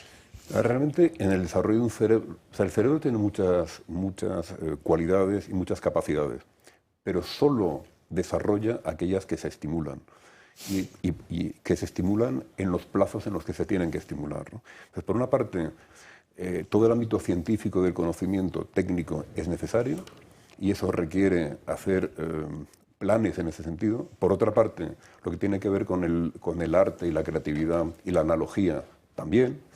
Y luego el deporte permite coordinar distintos aspectos, con lo cual dentro de la educación de un niño óptimamente debería haber un componente científico-técnico, un componente artístico-creativo y actividad física y deporte, ¿no? Por otra parte, al margen de esto, que ha sido siempre así a lo largo de la historia, hoy en día hay una situación adicional que es la realidad virtual, que no es realidad. Entonces, el niño tiene que tener muy claro qué es lo que es cierto y qué es lo que es virtual. Y eso es una cosa que va a necesitar manejar durante su vida adulta, de tal forma que los padres lo tienen que introducir en ese entorno cuanto antes. Pero cuanto antes tiene que saber separar la paja del grano. La imagen que vea virtualmente de alguien diciendo algo, probablemente no corresponde a la realidad. Entonces, no solo tiene que saber separar la realidad de la ficción, cosa que para un niño muy pequeño no es fácil, y que a lo largo de la historia siempre hemos utilizado. Es decir, cuando los niños jugaban a ser indios, sabían que no eran indios. Era un juego de ficción y todo el mundo asumía que el mundo de la ficción era para divertirse, para imaginar, para crear, pero no para vivirlo. Hoy en día la realidad virtual hace que eso sea bastante más difícil. Y luego, por otra parte, la realidad virtual hoy en día y todo lo que conlleva supone tal grado de riesgo de manipulación sobre el niño que, una vez más, desarrollar en él un criterio sólido en el que a él no le baste ver algo, sino que entienda la lógica que subyace, pueda contrastar lo que le están diciendo con conocimientos previos. En el fondo, el tiempo que pasen los padres con los hijos, no viendo una película, eso no suma mucho, sino hablando con ellos, entrenándoles para enfrentarse al mundo, es probablemente la inversión más importante que puedan hacer en la educación de su hijo. En ese libro supongo que... Bueno, no supongo. Se habla mucho de eso. Sí. Encontramos muchas respuestas, ¿no?, a esto. Con el grado de detalle apropiado, es decir, por ejemplo, sobre el manejo del ordenador, sobre las redes sociales, en fin, sobre... La idea es, por una parte, desde el punto de vista biológico, qué es lo que hay que hacer, pero luego cómo se puede preparar a un niño para que cuando sea adulto sobreviva en un entorno que no siempre tiene los mejores ánimos para él, ¿no? Nos viene bien que esté usted aquí, porque hemos estado hablando al principio del programa, en un momento dado, sobre el tema del gasto farmacéutico, lo ha comentado el doctor Burgueño. Y ha salido el caso concreto de los pacientes del AIDS, del SIDA, ¿no?, del VIH. Y hemos comentado una cosa que es evidente y que es conocida, y es que hay más de 100.000 casos de personas con SIDA que tienen la enfermedad cronificada. Sabemos que es una enfermedad que tiene 50 años de existencia. Sabemos que ha habido un desarrollo rapidísimo de una vacuna para el virus del COVID, y sin embargo, en una enfermedad que lleva 50 años no hemos sido capaces, aparentemente, de desarrollar una vacuna que hubiera conseguido un ahorro brutal a la propia Seguridad Social, que está consumiendo recursos ingentes en el tratamiento de estos pacientes, que por supuesto tienen todo el derecho a ser tratados, pero estamos hablando de costes en el entorno de entre 2.000 y 3.000 euros mensuales para cronificar la enfermedad, ¿no? Entonces decíamos, bueno, ¿qué está pasando? ¿Cómo podríamos animar a las farmacéuticas para que, en vez de seguir digamos, cobrando a 2.000 o a 3.000 euros el tratamiento mensual para un SIDA cronificado, les hiciéramos saber que probablemente están muy amortizadas esas moléculas, que quizás esos tratamientos podrían tener unos costes distintos, o al menos también animarles a que desarrollen, con la velocidad con la que han hecho lo del COVID, una vacuna de ARN mensajero para evitar la transmisión del SIDA, ¿no? Y esto venía al tema de decir, oye, vamos a hacer unos presupuestos base cero en el tema del gasto farmacéutico, porque todo ha salido porque Alba ha comentado el tema del copago en algunos medicamentos, especialmente para las personas mayores, que son al final los que tienen un consumo reiterado mayor de fármacos, ¿no? Hay varios temas distintos. Por una parte es cómo encauzar la investigación, eso es un aspecto. Obviamente, para una empresa con ánimo de lucro, en la que la avaricia puede más que el afán por contribuir al bien común, pues el lucro es el lucro, de tal forma que va a investigar en aquello que le resulte más rentable. Y no nos hagamos ilusiones, la realidad, yo creo que múltiples hechos demuestran que las farmacéuticas no son una excepción, es decir, enfocan la investigación al campo que les resulta más rentable. Otra cosa es que si hubiera un interlocutor enfrente que defendiera el interés público, pues probablemente se pueden tomar medidas inteligentes para encauzar y alinear los intereses, ¿no? Yo creo que lo que vimos durante la época del COVID en la relación entre el Ministerio y la población y entre el Ministerio de Sanidad y la farmacéutica sugiere que ese interlocutor hoy en día no existe. Pero que sería factible, desde luego sería factible, ¿no? Hace falta gente que conozca el mercado en detalle y tenga el interés de defender el bien público.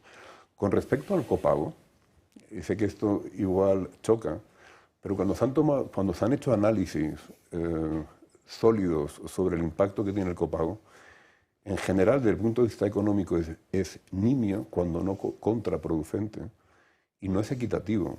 Es decir, el copago sanciona a quienes tienen menos dinero, no necesariamente a quienes no necesitan el fármaco, ¿no? De tal manera que en el ámbito sanitario yo creo que hoy en día lo que se está intentando fomentar es lo que se llama el uso apropiado. Es decir, que quien necesite técnicamente un fármaco o cualquier procedimiento sanitario, la cirugía, una prueba diagnóstica, lo que sea, lo reciba, y que no lo necesite, no lo reciba. Estamos viendo la situación paradójica en la que con frecuencia en Occidente el sobrediagnóstico y el sobretratamiento causa más gasto y más perjuicio sanitario que el infratratamiento y el infradiagnóstico, ¿no? Con lo cual yo creo que ahí es posible adoptar soluciones técnicas y de hecho ha habido distintos estudios y distintas pruebas que han demostrado que es factible. Y de hecho he tenido el privilegio de participar en algunas de ellas que demuestran que es factible tomar medidas, pero hace falta, por una parte, silenciar a los políticos y apartarlos de la toma de decisiones técnicas, porque eso suele conducir al desastre. Y en segundo lugar, alinear los intereses, es decir, que realmente quien esté defendiendo los intereses de los contribuyentes sea quien quiera defender el interés de los pacientes, ¿no?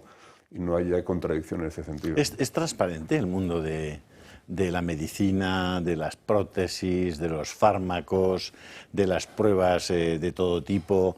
¿Está suficientemente regulado, transparente, para que no haya un sobrecoste o a veces verdaderos abusos en determinadas materias y en determinadas especialidades médicas? Yo creo que de lo que no hay duda es de que es francamente mejorable.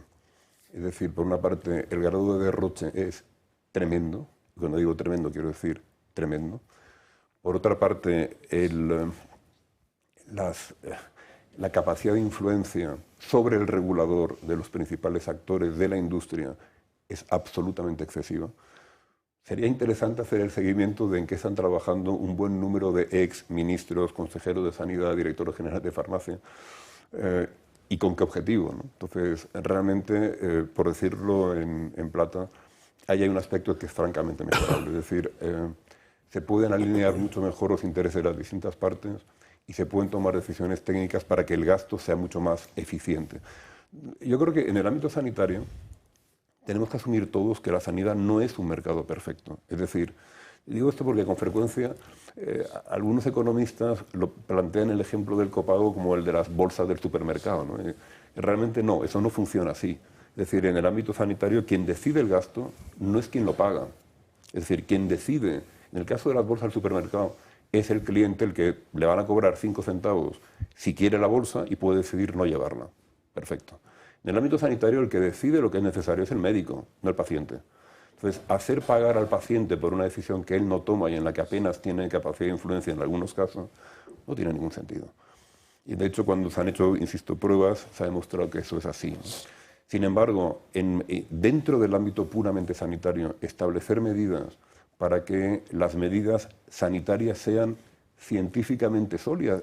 Una de las ventajas que tiene el ámbito sanitario es que en general, como casi todas las cosas que proceden de la ciencia, son muy congruentes. Es decir, las medidas sanitariamente rentables suelen ser también las más eficientes. Los médicos no tenemos ningún interés en el ejercicio de nuestra profesión de gastar donde no hace falta. Y si lo hubiera, o si hubiera incentivos perversos, es bastante fácil detectarlos y sancionarlos. Otra cosa es que hace falta que se haga. ¿Es legal en España que un médico cobre por emitir recetas de un determinado medicamento? ¿Eso puede ocurrir? Por lo que yo sé, no es, en ningún caso es lícito. Y además creo que no es legítimo, ¿no? Pero que si la pregunta es si existe, hay datos que sugieren... bueno, estoy pensando en el caso de varias multinacionales que han sido cogidas infraganti en Estados Unidos dentro de sus negociaciones con el Departamento de Comercio o en algún caso el Departamento de Justicia norteamericano. Han tenido que dar la lista de médicos que habían sobornado y había médicos públicos españoles en esa lista, con lo cual, que existe, no es ¿Existe desde el Ministerio de Sanidad, hasta donde usted conoce, una planificación? Es decir, todos sabemos que el desarrollo de una molécula son muchos millones de euros y, por tanto, quien desarrolle la molécula tiene todo el derecho a sacarle la rentabilidad necesaria para amortizarla y para tener el beneficio que sea razonable en el mercado, ¿no? Y también sabemos que eso tiene un plazo, es decir, que tú inventas o descubres la molécula hoy y no sé si tienes 20 años, 25, 30, no lo sé, pero tienes un número de años hasta que eso queda, efectivamente, la patente se hace pública y cualquier laboratorio puede fabricarlo. Ha pasado pues con la aspirina o con 1000 cosas, ¿no? Hay una información y una planificación desde el Ministerio de Sanidad para que esos genéricos, esos medicamentos genéricos y los que se van convirtiendo semanal o diariamente en genéricos puedan ser administrados a precios razonables y eso contribuya a la racionalización del gasto del sector. Por una parte, el Sistema Nacional de Salud español ha conseguido que los precios de los fármacos en España sean muy bajos. Hay algunos laboratorios que, sometidos a una presión por parte del Ministerio para poner precios razonables, lo han hecho históricamente. Es cierto que cuando la compra es unificada se consiguen mejores precios, ¿no? En ese sentido, las autonomías fueron un invento peculiar. Pero si no, efectivamente, de toda la historia, poder comprar centralizadamente ayuda y ayuda mucho. Y de hecho, alguna vez se ha planteado, para el gran escándalo de algunas autoridades autonómicas, que con independencia de que la gestión sanitaria esté descentralizada, las compras estén centralizadas, lo cual yo creo que tendría bastante sentido, ¿no? Por otra parte, es cierto que el desarrollo de fármacos, y yo diría en general de tecnología sanitaria, cuesta mucho dinero. Y eso tiene que poderse recuperar, en eso nadie está de acuerdo, nadie lo cuestiona, con un solo matiz. Tiene que recuperar el coste de la inversión de aquellos productos que hayan demostrado científicamente ser eficaces, efectivos y eficientes, no de otras cosas, ¿no? Luego, por otra parte, hay muchas prácticas de la industria que ya están muy acreditadas en el sentido de que justo antes de que vaya a caducar la patente, de repente aparecen, por casualidad seguramente, reportes de efectos secundarios previamente desconocidos que hacen desaconsejable ese fármaco, pero aconsejan el uso de este otro que acabamos de sacar y que está sujeto por patente para 19 años más, ¿no? Triquiñuelas de este tipo han existido siempre y la verdad es que hasta ahora la capacidad de la Administración para enfrentarse a la industria sanitaria menos ética ha sido muy limitada, ¿no? Por poner un ejemplo, si no me equivoco, sigue siendo la más grande. A la Administración norteamericana le puso una multa de 2.500 millones de dólares a una compañía que estaba vendiendo un fármaco que no estaba indicado en los adolescentes, justamente a los adolescentes, utilizando todo tipo de sistemas de marketing que comercialmente tienen todo el sentido del mundo, pero en el ámbito sanitario me parecen inaceptables. Y una multa de 2.500 millones de dólares suena disuasoria, pero era lo que vendían en un año, con lo cual realmente no es tan disuasoria, ¿no? Entonces, a mi manera de ver, en algún tipo de experimento, no deseado, sino de experiencia más bien, refleja que cuando hay penas de cárcel la gente se lo piensa mejor. Cuando es el dinero de la compañía y se amortiza en un año, pues tal vez el desincentivo no sea tan grande, ¿no? Pero una vez dicho esto, si hay voluntad y conocimiento, y yo creo que estoy convencido del doctor Burgueño estará de acuerdo, porque en el ámbito sanitario no hay mucha duda al respecto, si hay voluntad, desde luego herramientas existen, ¿no? De hecho, hace unos años, cuando dirigí una entidad sanitaria en España, pusimos en marcha un contrato de riesgo compartido, en el que conceptualmente consiste en que el Sistema Nacional de Salud no paga por acto, sino por resultado. Lo cual obviamente no se puede hacer en un paciente concreto, pero con masas de pacientes sí. Es decir, si la prescripción es apropiada y las pruebas científicas demuestran que el producto que se está utilizando es válido en estos márgenes, en la aplicación habitual esos criterios de referencia deberían mantenerse, ¿no? Y esto desincentiva el uso inapropiado, ¿no? Es una de las muchas herramientas que existen, pero existen herramientas, ¿no? Antonio. Bueno, pues conozco y admiro al doctor Kovacs y lo que está diciendo tiene una clara interpretación y lo explica muy bien y está muy bien dotado de conocimientos. Yo creo que de toda la vida tiene que darse al prescriptor un determinado grado de responsabilidad y de correspondencia en el coste y en el pago. Lo que pasa es que yo he pasado un tiempo de mi vida inventando en España, no, pero metiendo en España el pago capitativo en los modelos tan denostados de Valencia, en Alcira, y que significa el que cuando se paga por cápita, que inventó España. España y Quevedo empezó a decir, paga el médico cuando estés sano, que ya se ocupará él de curarte cuando estés enfermo. Eso era el sentido de la cápita.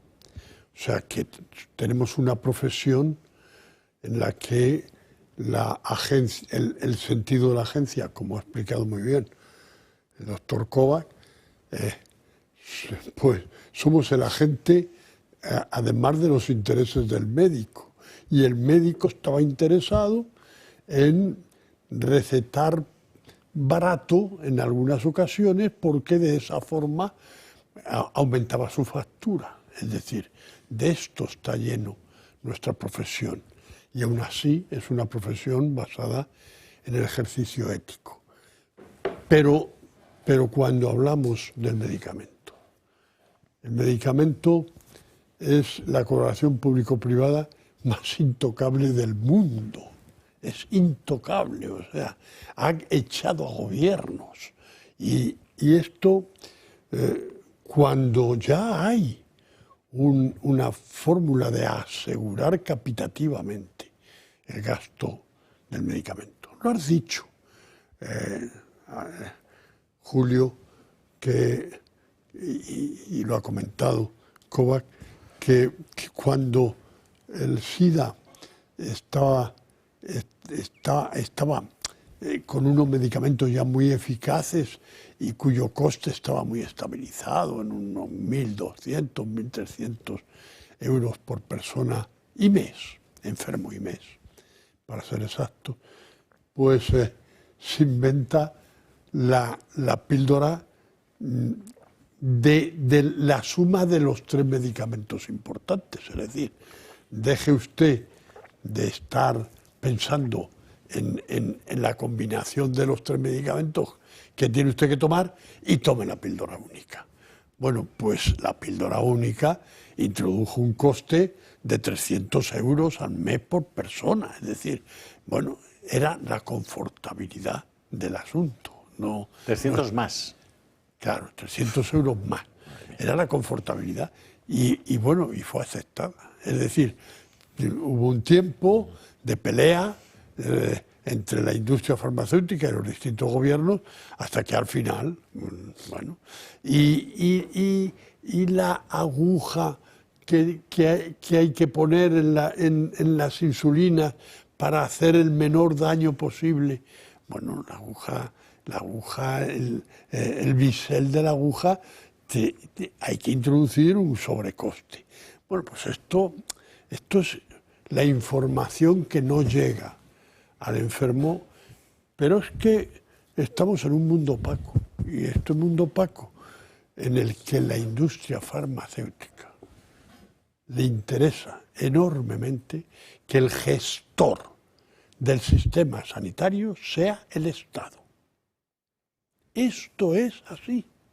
Tengo no investigación, hechos concretos a lo largo de mi vida profesional en la cual ha habido oportunidades. Yo no creo que la industria farmacéutica deba ser estatal, como no creo que deba ser la provisión estatal en ningún caso, porque eso es corrupción pura. Pero sin embargo, el que la industria farmacéutica tenga competencia, exista la competencia, exista el seguir utilizando el análisis del coste. Bueno, pues eso se puede hacer siempre que sea un terreno permeable, pero es un terreno absolutamente opaco. Y por lo tanto esa opacidad se da en el mundo del Estado. Oye, por último, vamos, por lo menos por lo que a mí se refiere, ¿cómo es posible que haya medicamentos que se aprueben en la Agencia Europea del Medicamento y llegue la Agencia Española del Medicamento, que aparentemente los españoles debemos tener el bazo, el hígado, todo igual, ¿no?, que el resto de los franceses o los rumanos, y diga, no, pues este no lo apruebo, o viceversa, ¿no? Yo creo que estaremos de acuerdo en que el mundo de la ciencia es una cosa y el mundo de la política y la burocracia es otra, y no necesariamente convergen. Yo recuerdo, estando en América, vi en el Toro una rueda de prensa de Fernando Simón durante la pandemia, en la que le preguntaban, oiga, si han comprado las mascarillas a unas empresas y no han servido, ¿por qué han comprado la segunda partida a las mismas empresas? Lo cual yo creo que es una pregunta bastante razonable y sensata, ¿no? Y la respuesta fue de manual. Fue, bueno, esto se lo va a contestar la directora de productos farmacéuticos, ¿no? Una señora morena que estaba ahí encantada, y la pobre empezó a soltar pues, lo que dice un funcionario en esas situaciones. No, se siguió el procedimiento y entonces siempre lo hacemos muy bien y ya, ¿no? La realidad que subyace es que, como decía el doctor Burgueño, no siempre la transparencia es la principal de las cualidades. Estoy totalmente de acuerdo en que el Estado hiciera todo. En ningún país han mejorado los resultados, ¿no? Ahora, que el Estado haga bien sus funciones de árbitro e investigación, eso sería exigible. Y paradójicamente, el fracaso en su primera función autoatribuida le exime de hacer la segunda, que es la que realmente debería hacer, ¿no? Las agencias españolas de evaluación de tecnologías sanitarias, con perdón, son un chiste. Es decir, España es de los pocos países que no tiene una agencia. Tiene una por autonomía prácticamente. Tiene 7 más otras 3 que dicen que son agencias, con informes contradictorios sobre la misma tecnología. Es decir, y atendidas por funcionarios. Cuando el NICE, el National Institute of Clinical Excellence británico, tiene que hacer un informe sobre una tecnología, contrata en todo el mundo a quien sepa de eso, lo cual tiene bastante sentido. Aquí termina haciendo el informe un funcionario que lo normal es que no tenga la más mínima idea de lo que está hablando, que tenga cierto grado de conocimiento metodológico o no, tenga cierto grado de conocimiento epidemiológico o no, y probablemente ningún conocimiento en el campo concreto. Con lo cual, a la hora de la verdad, el problema no es tanto quién lo hace, sino cómo lo hace. Yo he visto informes de organismos equivalentes a agencias de evaluación de tecnología sanitaria en España, en la que el informe se equivoca de tecnología. Entonces, yo creo que estamos en un problema mucho más básico, que, o sea, no estamos en el mundo de la filosofía, estamos en el que a la hora de la verdad, la mayor parte de las estructuras diseñadas para defender el interés público en este campo son manifiestamente mejorables. Arturo. No, yo no tengo nada que decir. Ignacio. Muchas gracias. No, yo solo lo has dicho Lo antes. dejamos en el lado de la medicina. Ya, No, sí, lo has dicho antes. No, esto vuelvo a tu visión de Europa cuando estábamos hablando de las tierras raras. Esperábamos al entrar en Europa que se simplificara y se racionalizara un montón de decisiones. No tiene sentido que tengamos una evaluación de los medicamentos en cada país europeo. O sea, no tiene ningún sentido. La FDA americana funciona razonablemente bien con los criterios que funciona, pero funciona para todos los estados. Bueno, es que tampoco tendría mucho sentido distinguir entre la Agencia Europea del Medicamento y la FDA. Lo razonable sería que hubiera una agencia, por lo menos en los países occidentales. Lo que ocurre es que la tarea para la FDA es muy intensa y para nosotros estamos esperando a que se pronuncie la FDA para que la Agencia Europea del Medicamento haga matice, genere un... Bueno, pero tampoco es razonable que un medicamento contra el cáncer óseo sea aprobado hoy por la FDA y tarde un año en ser aprobado en Europa. Pero, eso es económico más que nada. Exacto, hay detalles en esto, ¿eh? Porque a la hora de la verdad, la FDA tiene prohibido entrar en criterios de eficiencia. Para nosotros europeos la salud es un derecho, para los norteamericanos la salud es un negocio. Entonces el concepto no siempre es equivalente. Sin duda las pruebas científicas sobre eficacia y efectividad, esas son las que son. Pero cuando entramos en eficiencia... Luego hay otro dato. Los Estados Unidos reconocen la propiedad de quien hace una investigación sobre los datos de esa investigación. Es decir, si yo, laboratorio, hago un estudio, ese estudio es mío. Si quiero ocultar los datos, nadie me lo puede exigir. Entonces, no es tan automático como parece, ¿no? Una vez dicho esto, los criterios científicos son los mismos en todo el mundo y lo sensato sería que hubiera una autoridad académico-científica que dijera lo que es bueno, lo que es malo y para qué sirve. Cuando llegamos a los detalles, imagínate un fármaco que de repente, al terminar la patente, aparece otro que es un Me Too, es decir, una especie de copia del que ya existía, pero más caro y que no aporta nada. Una agencia de un país europeo puede decir, puedo aprobar la venta de este fármaco, pero no recomiendo su uso dentro de la sanidad pública. Este dilema no existe en Estados Unidos. Si cumple los criterios, lo apruebo, aunque conceptualmente sea poco menos que una estafa, ¿no? Pues aquí lo vamos a dejar, Francisco Kovacs. Muchísimas gracias por estar aquí con nosotros. Nos vamos a ir a la última pausa de publicidad del día de hoy.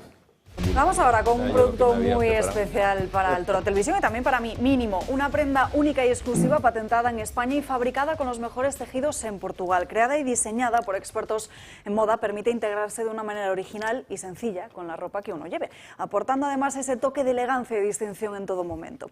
Además, ahora encontrarlo en su tienda oficial en la Gran Vía de Majadahonda. Mínimo Café, una tienda muy especial unida a un coqueto café de estilo parisino, pero para contarnos todo esto se ha acercado hasta esta mesa, hasta aquí a Dando Caña, Mike Comas, que es CEO de Mínimo. Muy buenas tardes. Muy buenas tardes y gracias por invitarme y por todo lo que estés haciendo por nosotros, que ya son varias veces que hemos venido aquí y nada, da gusto estar con vosotros, de verdad. Mike, no te preocupes si te pones nervioso, porque esta entrevista va a salir fatal, luego sí, la vamos a seguro, cortar y... porque es mi primera vez. Tranquilo, no te preocupes. Escucha, llevamos aquí el Mínimo, subes allí arriba a la redacción y la mitad llevan el Mínimo, la verdad es que, el Mínimo vuestro, ¿eh? Que sí, que estamos encantados de que os haya gustado tanto y sobre todo estamos encantados de que todos los espectadores que ven el programa y nos llaman, es alucinante cómo nos tratan, la ilusión con la clase, la educación que tienen, la clase, el cariño. Yo, de hecho, los que son de Madrid, ellos lo sabrán muchos, me acerco yo personalmente a llevarles los cuellos porque no saben comprar por internet y hago lo que puedo porque los tengan todos a mano y la verdad es que ¿Se te ocurrió a ti? ¿Qué? ¿Se te ocurrió a ti la idea? No, fue de mi padre. Anda. Fue una idea de mi padre en base empezó todo por la marca Mínimo, porque ya tuvimos una tienda de moda, la tuvo mi hermana, que se llamaba Mínimo y bueno, la tienda por motivos que ahora no viene a cuento se tuvo que cerrar. Y mi padre, que fue el que invirtió el dinero, se quedó con la historia de qué pena esto de Mínimo, me gusta. Y empezó a pensar qué prenda le podía ir bien el nombre de Mínimo. Y no me digáis cómo, el hombre, haciendo sus historias, un día nos apareció en casa con algo parecido a esto, no esto, pero muy parecido, hizo un prototipo que ya me pareció brillante y yo fui el loco que se le ocurrió decir, venga, vamos a poner toda la ilusión del mundo e intentar hacer esto realidad. Y ha sido 3 años durísimos porque no venimos del mundo textil, porque buscar una fábrica que hiciera esta prenda ha sido muy difícil, porque no es nada fácil la prenda y dónde la veis, tiene muchos trucos, que en España no lo logré y yo no quiero hablar más de España, yo soy español, pero lo conseguí en Portugal, de momento, ojalá que en España volvamos a intentarlo y se pueda hacer, pero a la de Fátima, que de hecho luego fuimos a ver a la Virgen de Fátima porque pareció un milagro, yo ya estuve a punto de tirar la toalla, pero bueno, y nada, es un... Es un hallazgo porque, primero, porque los que ya vamos teniendo años, el cuello, todo lo que nos lo tapa nos favorece y nos viene muy bien, yo por eso la corbata ya no, procuro no quitármela, pero es verdad que en cuanto llega un poquito de frío, es que es ideal. Yo, como veréis, lo llevo puesto y es una prenda que todos los clientes me lo dicen, es muy adictiva. Una vez que te acostumbras a ella, queda tan bien. Ese calorcito. Abriga tanto porque, fíjate, yo soy fan del jersey de cuello vuelto, pero los cuellos vueltos de los jerseys de cuello vuelto se van dando de sí, por lo que es la propia prenda en sí. Pero esta prenda, como está concebida solo para el cuello, siempre queda bien pegadita y es como no te entra nunca el frío. Porque yo que todavía he sido de bufandas, de bragas, tal, no quedan tan ceñidas. Entonces, al final se te cuela el frío y con esta prenda queda muy bien pegada a la piel. ¿Y de qué material es? Es una... lana, es lana. Probamos con lanas porque la quise hacer de la máxima categoría, pero las lanas no tenían la elasticidad necesaria para que se amoldase bien al cuello y luego daban cierto picor, la mayoría, y no tenían la compacidad. O sea, hablé con expertos en moda y la lana no era viable para esta prenda. Entonces lo hicimos con una viscosa, que es un tejido seminatural, no es 100% natural porque tiene un pequeño tratamiento químico, pero se extrae de la madera, y luego tiene un poquito de poliéster, que es lo que le aporta calidez y elasticidad. Entonces es una combinación de la viscosa, que es ultra suave, jamás pica, es muy ligera, está aspirable, con el poliéster, que es un material del que están hechos muchos abrigos, le da calidez y elasticidad. Y entonces es una prenda calentita, suave, que no pica, y que gusta muchísimo. La gente destaca mucho el tejido. ¿También para niños o no? También para niños tenemos una talla S, que es ideal, porque a los niños a veces las bufandas les parecen un poco rollo, muy aparatosas. No, y las pierden y las quitan. Se quedan todos ahí en la portería del colegio, en el patio. Sí. Y con esto se los pones a los niños y están encantados. Tengo muchos amigos que tienen hijos que me llaman, que mi hijo no se lo quita. Están encantados. Y luego encima te puedes ir a Majadahonda y ahí tenéis ahí tenemos un proyecto que fue también por mi pareja, que era su sueño. Unimos la venta de esta prenda con un café boutique estilo parisino ideal. De verdad que el lugar, está mal que lo diga, pero es un lugar con mucha magia, de cuento. Ha quedado precioso y ya llevamos casi 3 años. Tenemos una clientela ya muy familiarizada que son fan del lugar porque es un lugar pequeño pero con muchísimo encanto, donde todo lo que tenemos son productos gourmet, que hemos hecho una selección por toda España, pues eso, muy a fondo para encontrar lo mejor de lo mejor, como la empanada que tenemos, que sé que te gusta mucho. Bueno, lo de la empanada, por Dios. La empanada es espectacular. No me enfoquéis porque me hablas de la empanada. Sí, no, es lo que más vendemos. Vienen gente de todas partes a por la empanada. Escucha, pero es increíble. Bueno, es un obrador que hay en Coruña, que trabajan con muchos estrellas Michelin de la zona.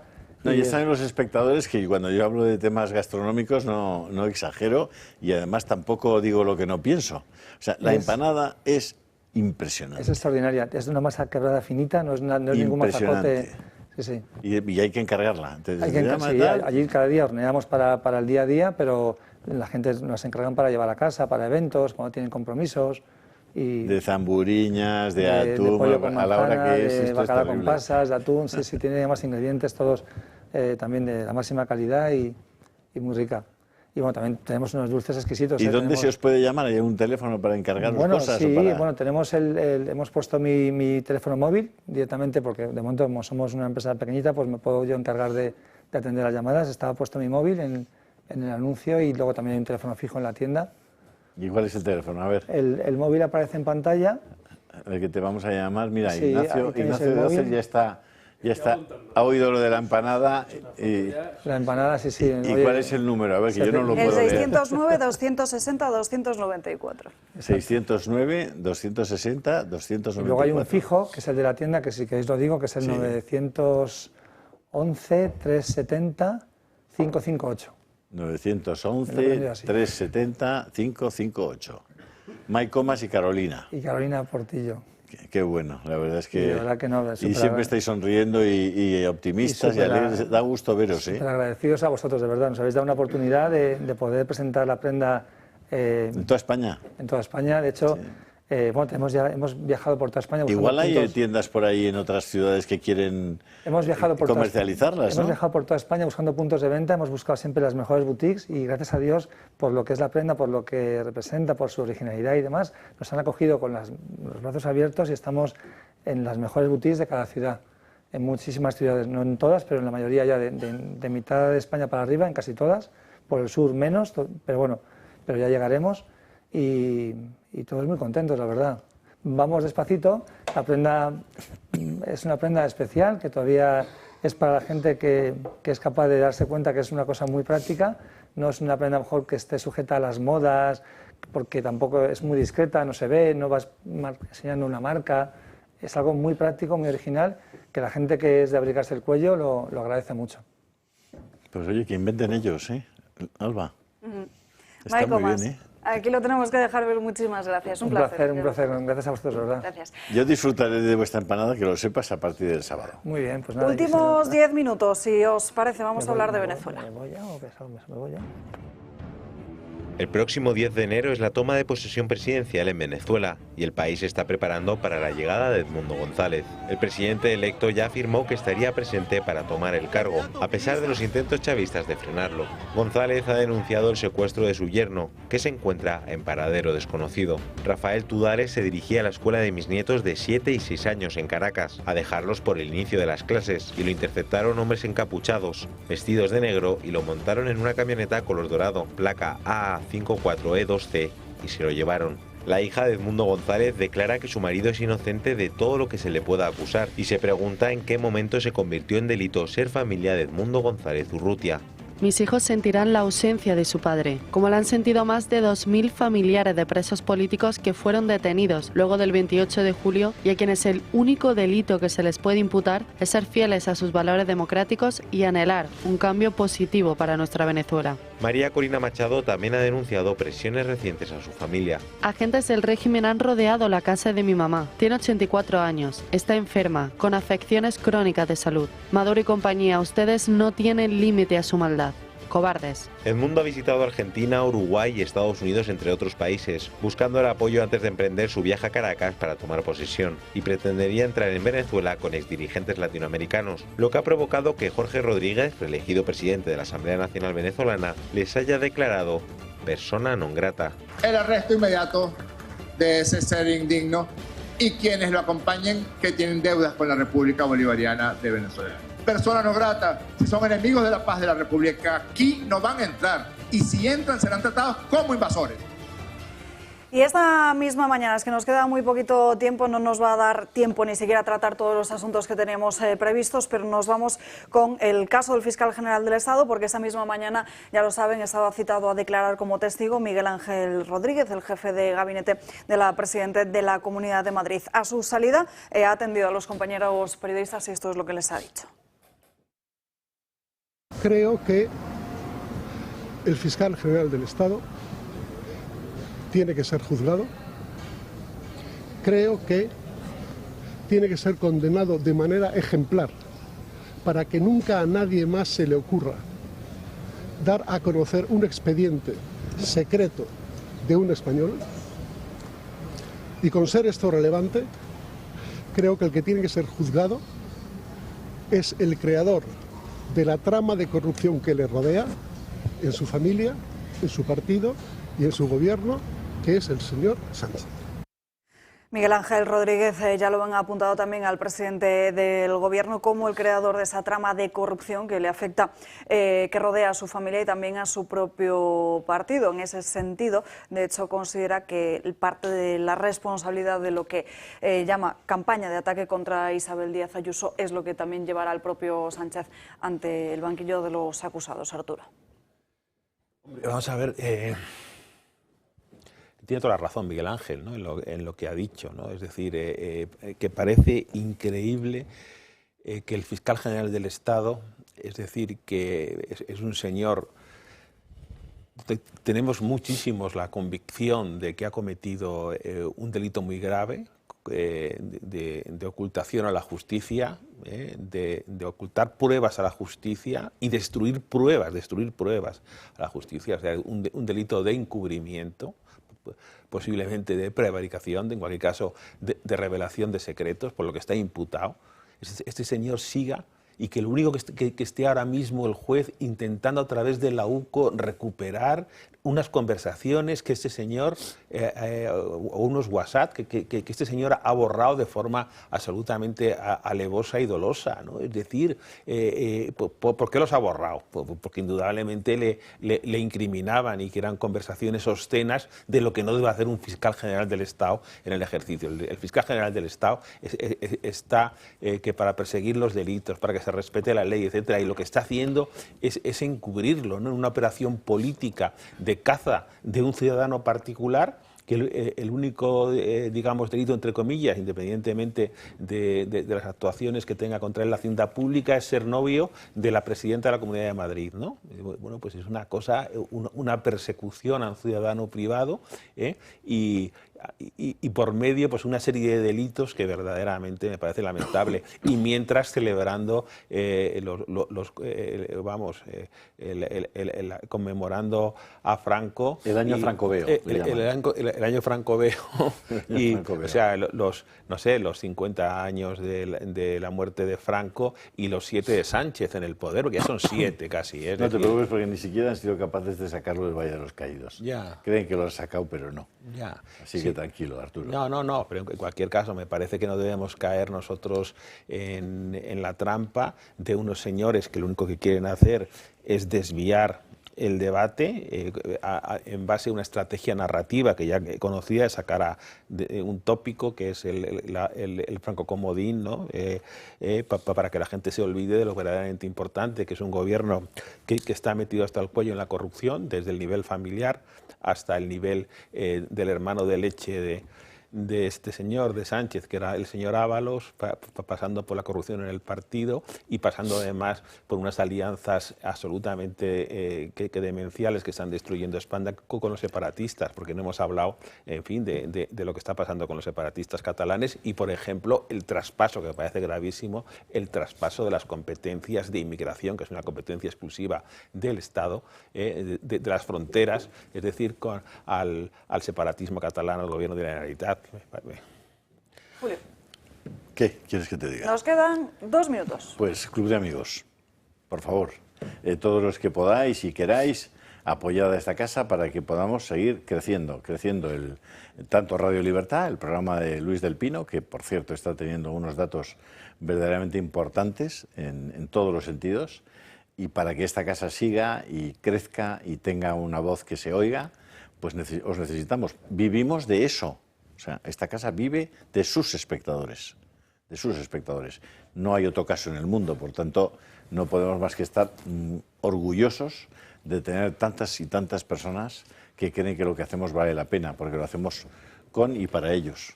Así que si podéis hacer esa llamada y empezar el año con este proyecto, que sea en una parte un proyecto también vuestro, os lo agradeceremos mucho, y yo creo que la sociedad española sigue necesitando unas voces claras y libres como las que se expresan en esta casa.